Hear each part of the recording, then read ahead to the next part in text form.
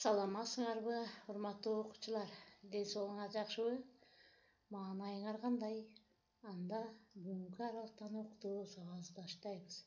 Кыргыз тили жана окуу 2-класс. Сабагыбыздын темасы акылман энеке. Сабагыбыздын максаты үй бүлө адамдарынын кесибине жараша алардын иштеген оорутун аныктай билишет. Акылман энеке деген ырынын маанисин түшүнүп ырдаганда үйрөнүшөт. Ар ким өз энекеси менен сыймыктанат жана аны урматтайт. Жаңы лексикалар менен таанышабыз. Бир туулган, улуу байкем, улуу эжем, улуусумун, кичүү эжем, кичүүсүмүн. Көрдүңүз балдар, бүгүн ушул сөздөрдү колдонуп, тексттерди жана сүйлөмдөрдү окуйбуз.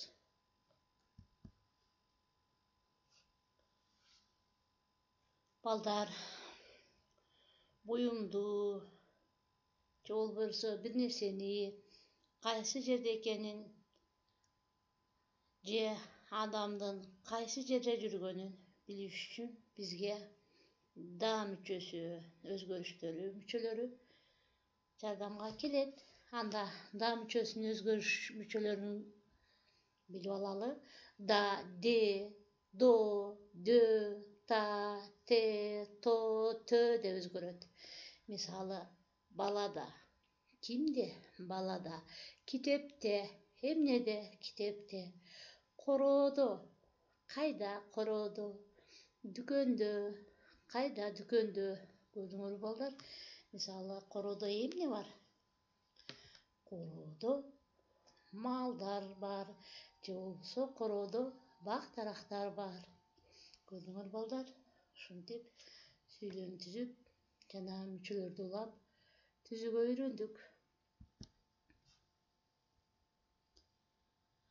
Анда балдар, бүгүнкү датаны жазгыла дептериңерге. Дептериңерди алып, бүгүнкү датаны жазгыла. Андан кийин тема акылман энеке. Биринчи көнүгүү жат жазуу, окуу. Окуу, сулуу, сулуу, уук, уук. Көрдүңөрбү? Созулма үндүү менен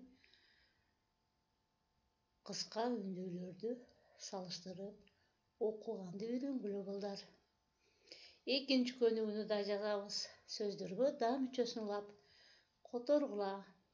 Үлгү: дары канада, в аптеке, мектепте, дүкөндө, театрда, ашканада, китепканада, бейтапканада.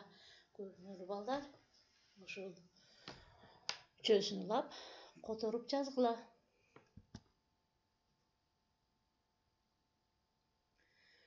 Текст окуйбуз балдар. Мен 4 бир туулганым бар. 2 байкем жана 2 эжем. Улуу эжем мугалим, ал мектепте иштейт. Кичүү эжем ашпозчу, ал ашканада иштейт. Улуу байкем доктур, ал бейтапканада иштейт. Кичүү байкем фармацевт, ал дарыканада иштейт. Мен үй бүлөдө кичүүсүмүн, мектепте окуймун. Көрдүңөрбү балдар?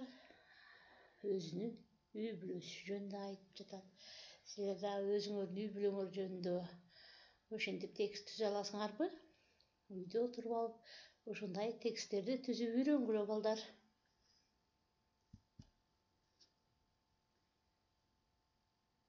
Сүйлөмдөрдү эсиңерге тутуп алгыла балдар.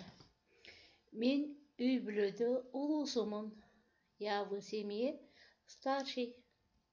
Мен үй бүлөдө кичүүсүмүн. Я в семье младший. Көрдүңөрбү силер дагы өзүңөрдү канчанчы баласыңар, канчанчы кызысыңар.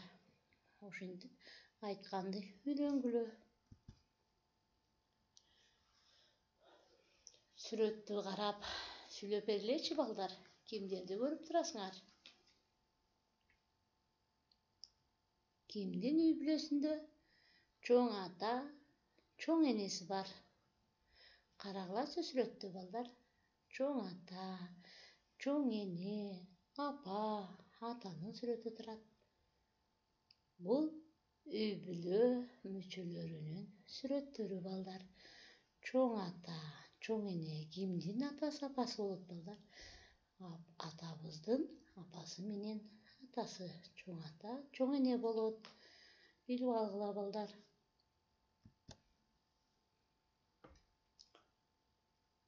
Үйгө тапшырма 7 күнү ырды чаттайсыңар балдар. Ырды чаттап көркөм айтып бересиңер. Акылман энеке, ай акылман энеке, колунда бар береке, кечиктирбе тамактан, кечикпейин сабактан. Балдар мага күлбөсүн, шылдың кылып жүрбөсүн, барайын эне, барайын, мыкты билим алайын, деп Алы Токонбаев агайыбыз балдарга арнап жазган экен. Эми балдар ошол ырды жаттап келесиңер. Бүгүнкү сабакта биз эмнелерди билдик балдар? Даа мүчөсүнүн өзгөрүшүн, ошондой эле үй бүлөдө сен канчанчы баласы экенин, мен улуусумун же болбосо мен кичүүсүмүн, менин улуу агам же кичүү иним же кичүүсүмүн деген сөздөрдү түшүнө калдык балдар. Анда үйгө тапшырманы жаттап, видеого тартып мага жөнөткүлө. Ушун менен бүгүнкү сабагыбызды аяктадык. Саламатта калгыла.